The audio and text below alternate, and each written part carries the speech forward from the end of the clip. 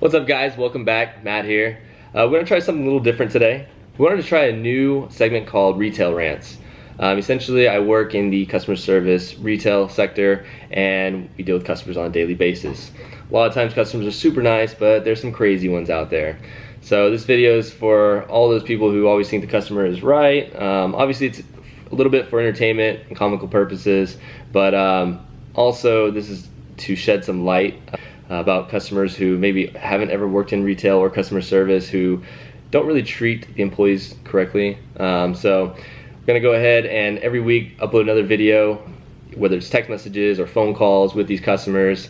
Obviously we're gonna bleep out the name and the company name, stuff like that, so we don't get in any trouble. But I think it'd be pretty funny to show you guys these things, but also it'd be educational for people who do act like this. So without further ado, our first one is about a customer. We go to people's homes and we do repairs. We give them a 2-hour window, let them know that we'll be there. Repairs usually take about 20-30 minutes. This customer had a phone repair that needed to be done between 7 and 9 a.m. So around 8:20 in the morning, I gave him a call, let him know I was on my way. He didn't answer, so we go ahead and give him a text message because not everybody answers the phone, different area codes, robocalls, all that stuff. So we sent him a text message and I said, "Hi Thomas, this is Matt. We are doing a cell phone repair for you today.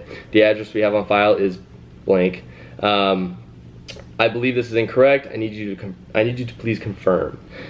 So what happened was this address that he gave didn't exist. I went ahead and Googled it and it gave me the next closest address. So I went to that address and it was an apartment complex. However, there was no apartment number on the address listed. So about 40 minutes later, the customer then replied back telling me the correct address with the apartment number. I then replied to him. I said, "Hi Thomas, unfortunately we already left the apartment. The technician tried calling multiple times. I can reschedule you if you'd like. I have tomorrow from 11 to 1, 1 to 3, 3 to 5, 5 to 7 available." The customer then replied, "How did he even find the apartment with the wrong address?" And then I replied, "I went to 1447 blank because 1447 blank doesn't exist. I called 4 times in the parking lot. There was no answer."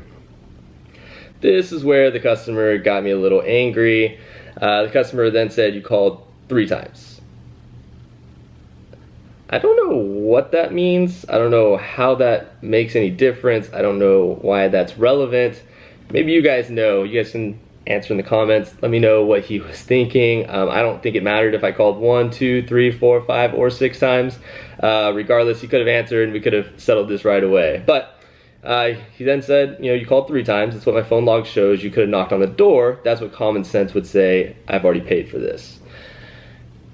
So he then, I guess, told me that I didn't have any common sense. However, the address did not have the apartment, so I would not know, and I didn't want to go bang on every apartment door there, 1, 2, 3, 4, 5, all the way till I got to 11 to finally find him at 8:30 in the morning. So I then replied. I said, "There was no apartment on your address, or I would have." I then said, "You reschedule, have a good day," only because I did not want to deal with this guy.